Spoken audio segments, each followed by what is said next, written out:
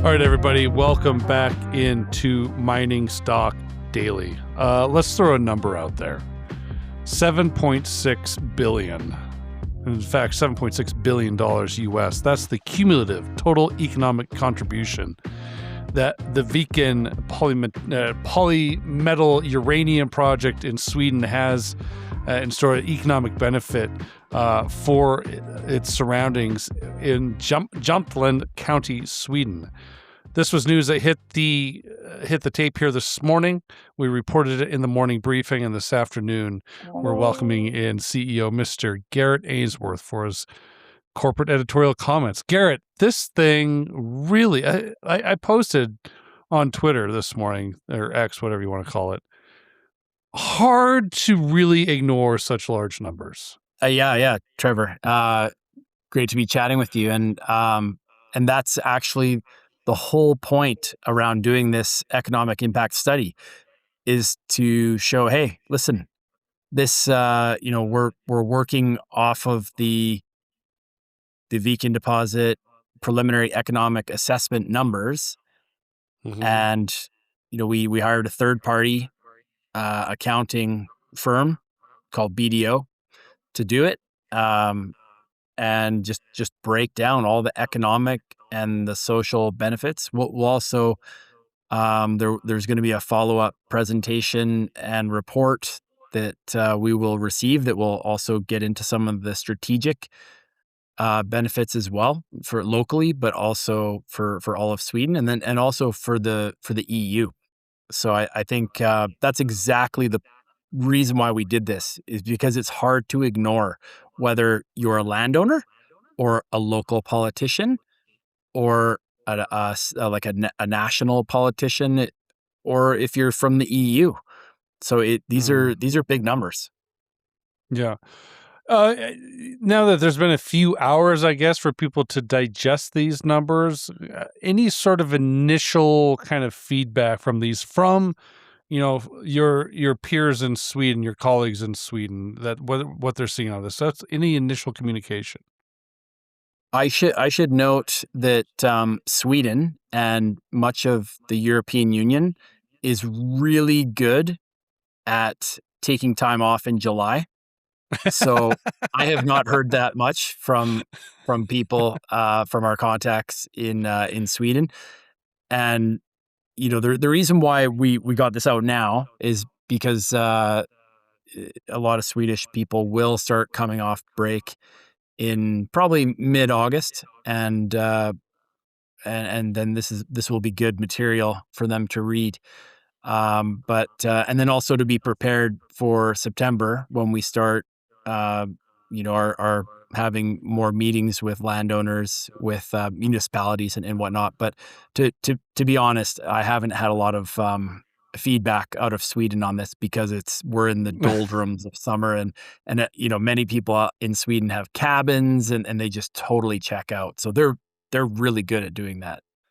Oh, very good, because you and I are obviously terrible at doing such things like taking vacations, because here we are working. That's all good. I hope everybody enjoys it. Let's go over a couple other things, like direct corporate income taxes totaling just over $1.5 billion US. Direct and indirect employment income taxes, about $200 million.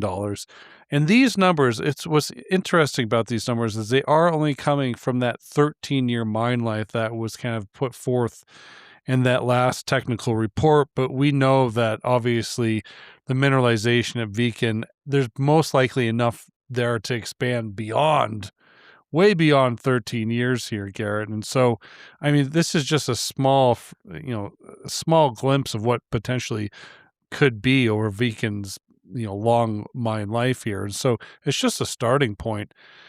Now, we've seen, historically, where mines come in and really rejuvenate economic development in communities as well. So, it's not like it's just numbers on a page here. Like, there's real case studies out there for people to show it. Like, is that also kind of in your communication platform that you'll be presenting to the locals here, in the months to come?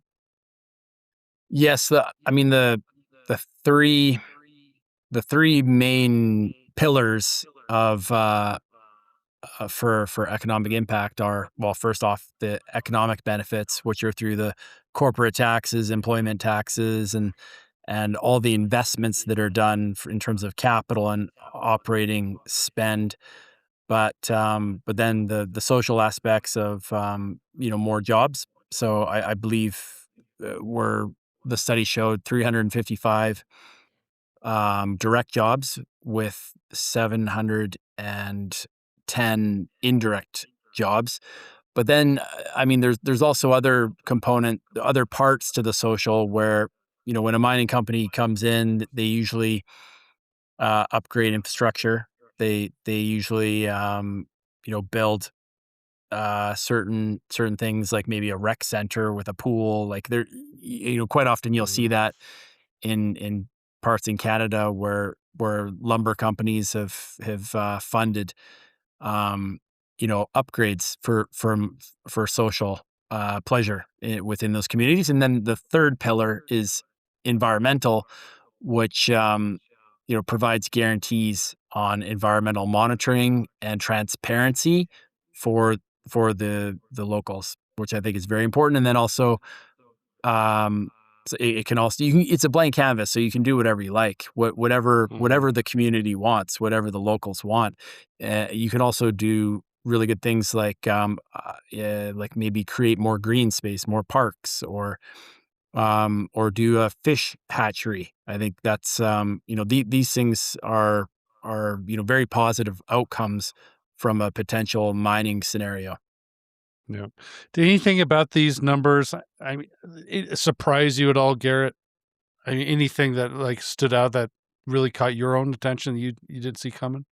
Yes, what really caught my attention was the state mineral fee, and Hmm. it's probably one of the smaller numbers, but it's state mineral fee is 0.2%, and a quarter of that, so 0.05% goes to the Swedish state, and then three quarters of it goes to the landowners, which is 0.15%. So essentially, over a 13-year conceptual phase one mine operation, the landowners would get about 22 million US dollars, and that's a lot.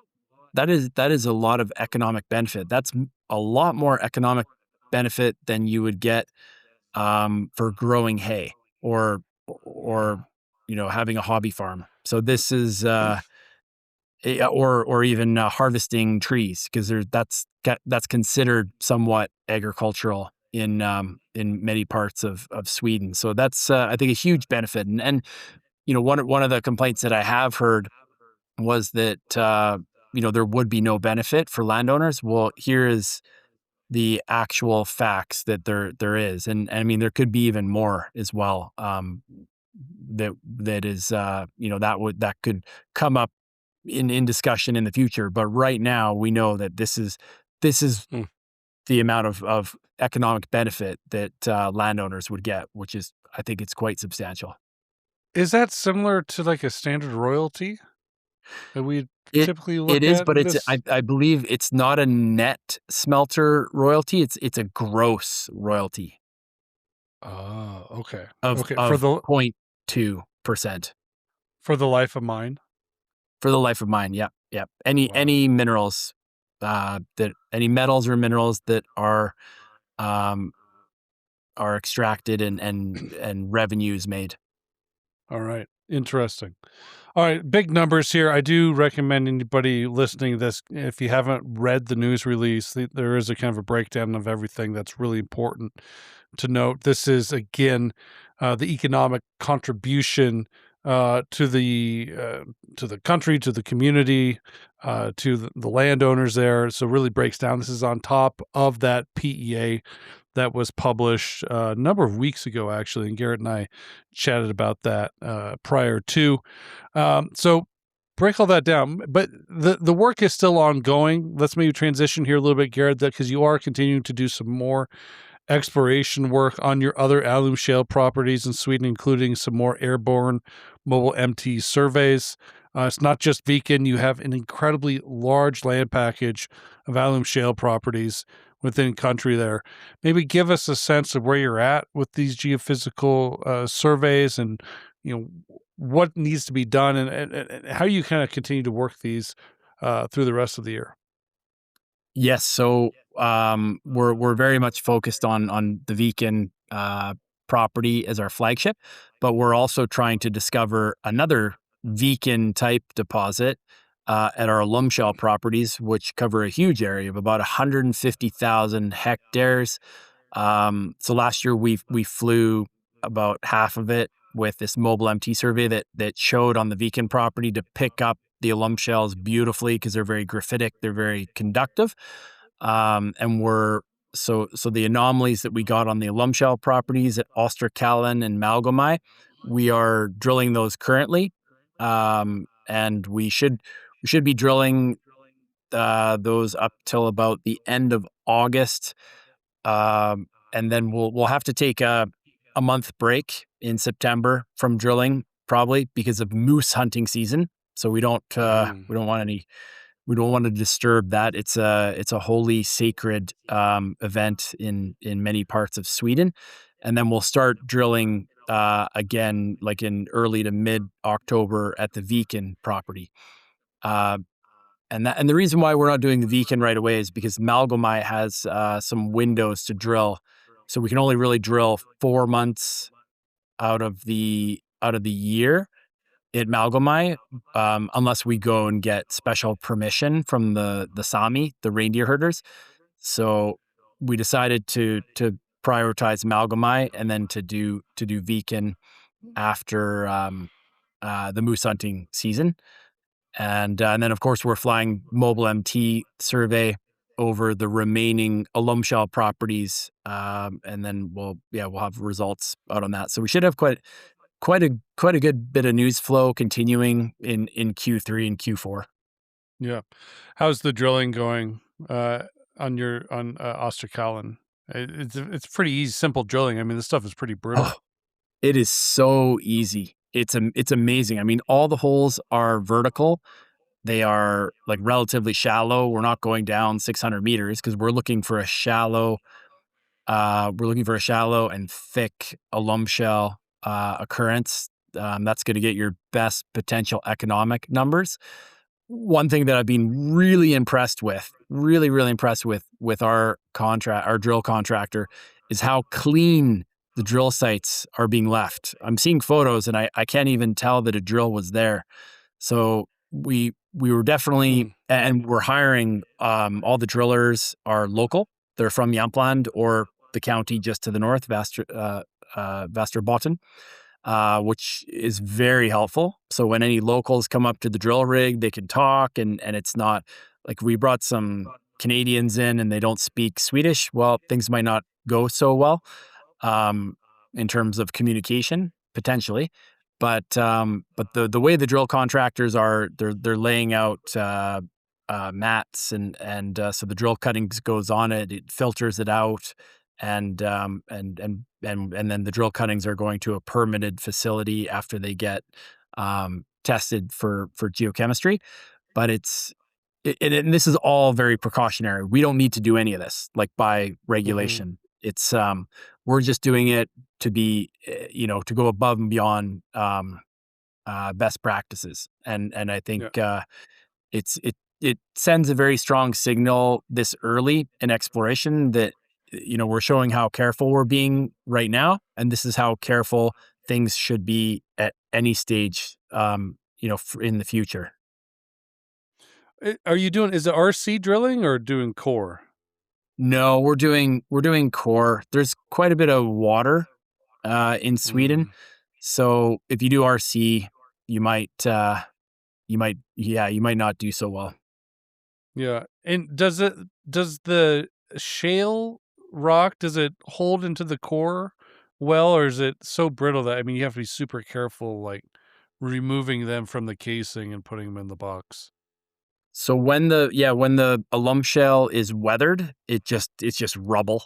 But Right. then when you get into the more fresh alum shale, it does core. but it quite often it'll be disky. There'll be many kind of fractures in it. Mm, It's a very soft rock, um, as you've seen, and yeah, I mean that's one of the benefits in a mining scenario is you don't need to blast. It's like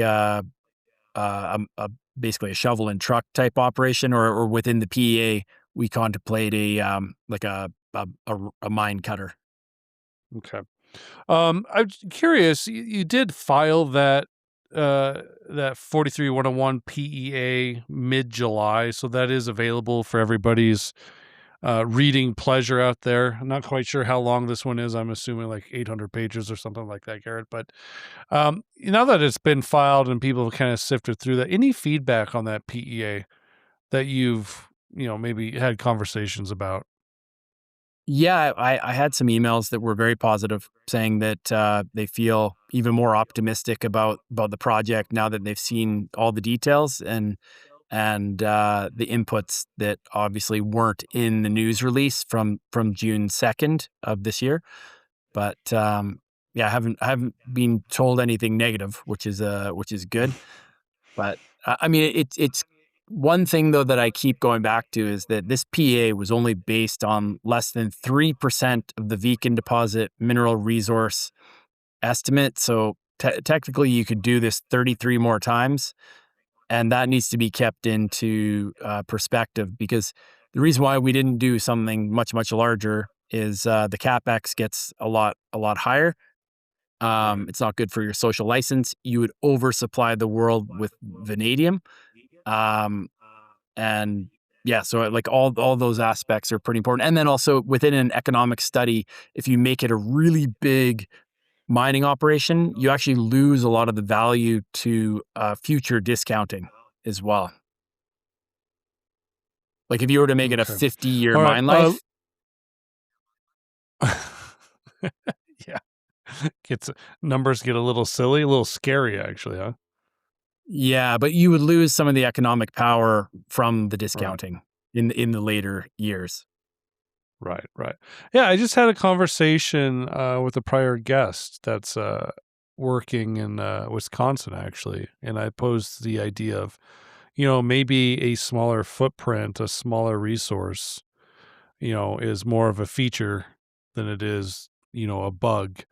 And you're starting to think obviously more shareholder value, stakeholder value with the people surrounding the project in your communities, compared to balancing that with the investor expectations as well. So that's kind of very similar to where you're at right now, it seems. So no Absolutely. question, Yes. no question in there. Just thought I'd pose that. So Yeah. Oh no, absolutely. There's a total balance. Like I don't go into meetings with municipalities and say the Beacon deposit is the largest undeveloped uranium deposit in the world. It's that's not my opening line. Yeah, yeah, absolutely. Okay. All right, Garrett, we'll be touching base with you here in the next coming weeks, but what are some things on the horizon that we need to be watching here with the work on the ground? Yes. So I was advised by the Swedish Geological Survey that when they come back from their summer break, they will they'll be completing their review of the Viken deposit as a potential deposit of national interest. So hopefully that means that we'll see something, by late August. But I mean, that's I'm not saying that's when it's going to come, but hopefully that is when it comes. Because quite often, summer break ends around mid August for a lot of government agencies. But I think that will could be a potential catalyst, and I don't see why we wouldn't get um, that designation, or at least get proposal for that designation, given that our next door neighbors, Aura Energy, have that designation proposed for the Hagen deposit, which is really just the west extension of our Viken deposit. So, and then also kind of on the political side, we've got September 13th is the general elections for Sweden. Hmm. I'm not really too concerned about the general elections because obviously the current government is pro-nuclear, but the largest opposition party is also pro-nuclear. So there are, smaller parties on the opposition, that like the Green Party, they're completely against nuclear and against uranium and whatnot. But I think the path is set forward for Sweden to continue to march forward with nuclear energy, which means that that justifies having a secure domestic supply of uranium from Sweden, for Sweden, and also for the EU. And then after that, obviously, we'll have drilling results, mobile MT results, and then also we're doing a bit of work on our non-Alum Shale properties, not a ton, but later this year we'll probably have some results out on that as well. Okay, very cool. All right, Garrett, we'll be chatting here with you in the next few weeks or so. Best of luck on the ground for everybody there involved. Stay safe. District Metals does trade on the venture with the symbol DMX and on the OTCQX with DMXCF. Garrett Ainsworth, chat with you again soon. Take care. Excellent. Thanks so much, Trevor. Talk to you. The information presented should not be considered investment advice. Mining Stock Daily and its affiliates are not responsible for any loss arising from any investment decision in connection with the material presented herein. Please do your own research or speak with a licensed financial representative before making any investment decisions.